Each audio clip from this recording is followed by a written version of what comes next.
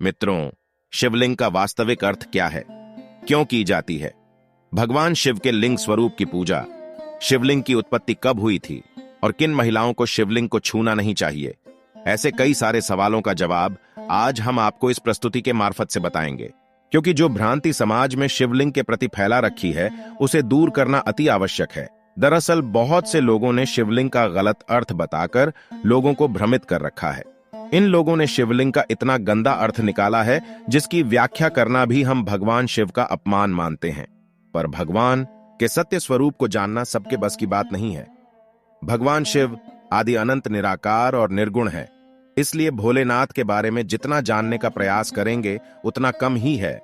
फिर भी आज हम आपके सामने शिवलिंग से जुड़े कुछ रहस्यमय तथ्यों को समक्ष रखेंगे ताकि आप भी बाकी लोग की तरह भ्रमित न हो पाए। कृपया वीडियो को पूरा अवश्य देखें, ही चैनल को सब्सक्राइब करके अपने परिजनों में शेयर करें। तो आइए जानते हैं शिवलिंग के वास्तविक अर्थ के बारे में। शिवलिंग एक संस्कृत शब्द है जो दो अक्षरों से मिलकर बना है, शिव और लिंग। जहां कई लोगों ने लिंग का अर्थ गलत समझा है, जबकि जननेंद्रिय को संस्कृत में शिष्ण कहा जाता है और लिंग का अर्थ प्रत्येक होता है। मानी शिवलिंग का अर्थ हुआ शिव का प्रत्येक, जो परम शुद्ध चेतना, परमेश्वर या परम तत्व है, उनका प्रति। वैसे ही पुल्लिंग का अर्थ हुआ पुरुष का प्रति और स्त्रीलिंग का अर्थ हुआ स्त्री का पति। अब यदि जो लोग पुरुष लिंग को मनुष्य की जननेंद्रिय समझकर आलोचना करते हैं तो वे बताएं स्त्रीलिंग के अर्थ के अनुसार स्त्री का लिंग होना चाहिए, पर ऐसा नहीं होता। दरअसल ये सभी गलत फहमियां भाषा के रूपांतरण और धर्म विरोधी षड्यंत्रकारियों की वजह से उत्पन्न हुआ है, क्योंकि हम सभी जानते हैं कि एक ही शब्द के विभिन्न भाषाओं में अलग अलग अर्थ निकलते हैं। यदि हम हिंदी के एक शब्द सूत्र को ही ले ले तो सूत्र का मतलब धागा, गणितीय सूत्र कोई भाषा अथवा लेखन भी हो सकता है, जैसे कि नासदीय सूत्र, ब्रह्मा सूत्र इत्यादि। उसी प्रकार अर्थ शब्द का भावार्थ संपत्ति भी हो सकता है और मतलब भी, यानी अंग्रेजी का मीनिंग। ठीक बिल्कुल उसी प्रकार शिवलिंग के संदर्भ में लिंग शब्द से अभिप्राय चिन्हित, निशानी, गुण, व्यवहार या प्रतीक है। धरती उसका पीठ या आधार है और सब अनंत छूने से पैदा हो, उसी में लय होने के कारण इसे लिंग कहा है। तथा कई अन्य नामों से भी, जैसे प्रकाश लिंग, अग्नि स्तंभ, लिंग पूजा स्तंभ, लिंग ब्रह्मांडीय स्तंभ। लिंग ब्रह्मांड में दो ही चीजें किया गया है, ऊर्जा और पदार्थ। हमारा शरीर पदार्थ से निर्मित है और आत्मा ऊर्जा है। इसी प्रकार शिव पदार्थ और शक्ति ऊर्जा का प्रतीक बनकर शिवलिंग कहलाते हैं और शिवलिंग की पूजा करने से मनुष्य का सारा दुख दर्द खत्म हो जाता है, सब मनोकामनाएं पूरी हो जाती हैं। ब्रह्मांड में उपस्थित समस्त ठोस ऊर्जा शिवलिंग में निहित है। वास्तव में शिवलिंग हमारे ब्रह्मांड की आकृति है। शिवलिंग भगवान शिव और देवी शक्ति पार्वती का आदि अनादि एक रूप है तथा शिवलिंग हमें बताता है कि संसार में मां, पुरुष व प्रकृति का वर्चस्व है तथा दोनों एक दूसरे के पूरक हैं। अब आपके मन में यह प्रश्न आता होगा, सभी देवताओं की पूजा मूर्ति स्वरूप में होती है, लिंग में नहीं, परंतु भगवान शिव की पूजा लिंग और मूर्ति स्वरूप दोनों में क्यों की जाती है? तो इसका उत्तर भी पुराणों में बताया गया है। दरअसल भगवान शिव एकमात्र ब्रह्मा रूप होने के कारण निराकार कहलाते हैं। रूपवान होने के कारण उन्हें साकार भी कहा जाता है और इसलिए वे साकार और निराकार दोनों हैं। शिवलिंग शिव जी के निराकार स्वरूप का प्रतीक है। इसी तरह भगवान शिव का मूर्ति स्वरूप ही उनके साकार स्वरूप का प्रतीक है। साकार और निराकार रूप होने से ही वह ब्रह्मा शब्द से कहे जाने वाले परमात्मा है। यही कारण है कि सब लोग लिंग को निराकार और मूर्ति को साकार दोनों ही रूपों में पूछते हैं। महादेव से भिन्न दूसरे देवता साक्षात ब्रह्मा नहीं है, इसलिए कहीं भी उनके लिए निराकार लिंग उपलब्ध नहीं होता। पौराणिक तथ्य। एक पहला तथ्य ऐतिहासिक प्रमाणों के अनुसार विक्रम संवत के कुछ सहस्राब्दी पूर्व संपूर्ण धरती पर उल्कापात का अधिक प्रकोप हुआ। आदिमानव को यह रुद्र शिव का आविर्भाव दिखा। जहां जहां यह पेड़ गिरे वहां वहां इन पवित्र पिंडों की सुरक्षा के लिए मंदिर बना दिए गए। इस तरह धरती पर हजारों शिव मंदिरों का निर्माण हो गया। उनमें से प्रमुख थे 108 ज्योतिर्लिंग, लेकिन अब केवल 12 ही बचे हैं। शिव पुराण के अनुसार उस समय आकाश से ज्योतिपिंड पृथ्वी पर गिरे और उनसे थोड़ी देर के लिए प्रकाश फैल गया। इस तरह के अनेक एक उल्कापिंड आकाश से धरती पर गिरे थे। दूसरा तथा भगवान शिव ने ब्रह्मा और विष्णु के बीच श्रेष्ठता को लेकर हुए विवाद को सुलझाने के लिए एक दिव्य लिंग ज्योति को प्रकट किया था। इस ज्योतिर्लिंग का आदि और अंत ढूंढते हुए ब्रह्मा और विष्णु को शिव के परम ब्रह्म स्वरूप का ज्ञान हुआ। उसी समय से शिव को परब्रह्म मानते हुए उनके प्रतीक रूप में ज्योतिर्लिंग की पूजा आरंभ हुई। तीसरा तथ्य, प्राचीन भारत ही नहीं संपूर्ण धरती पर मूर्ति पूजा का प्रचलन था। इसी के बीच ऐसे लोगों का भी समूह था जो कि मूर्ति पूजा में विश्वास नहीं रखते थे।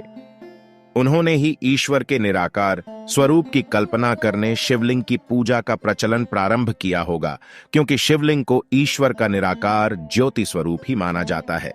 शिवलिंग पूजन के बाद धीरे धीरे नाग और यक्षों की पूजा का प्रचलन हिंदू जैन धर्म में बढ़ने लगा। बौद्ध काल में बुद्ध और महावीर की मूर्तियों को अपार जन समर्थन मिलने के कारण राम और कृष्ण की मूर्तियां बनाई जाने लगी। चौथी तथ्य, पुरातात्विक निष्कर्षों के अनुसार प्राचीन शहर मेसोपोटामिया और बेबीलोन में भी शिवलिंग की पूजा किए जाने के सबूत मिले हैं।